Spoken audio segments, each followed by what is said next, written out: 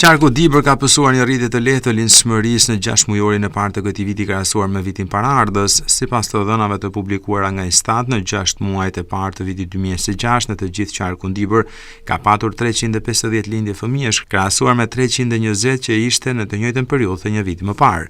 Nga viti i kaluar në këtë vit, për të njëjtën periudhë ka patur 30 lindje më shumë. Ndërkohë, numri më të vogël të lindjeve ka qarku Gjirokastër me 125 fëmijë të ardhur në jetë në gjysmën e parë të këtij viti, krahasuar me 134 që kishte vitin e kaluar, ose 9 fëmijë më pak. Pas Gjirokastrës vjen qarku i Kukësit me 160 lindje në këto 6 muaj, kundrejt 130 lindje që kishte një vit më parë në të njëjtën periudhë. Numri më të lartë të lindshmërisë për shkak edhe të numrit të popullsisë mban qarku Tiranë me 4748 lindje në pjesën e parë të vitit 2026, krahasuar me 5022 lindje që kishte vitin e kaluar në të njëjtën periudhë. Edhe në qarkun Tiranë lindshmëria ka pësuar rënje me 274 fëmijë më pak.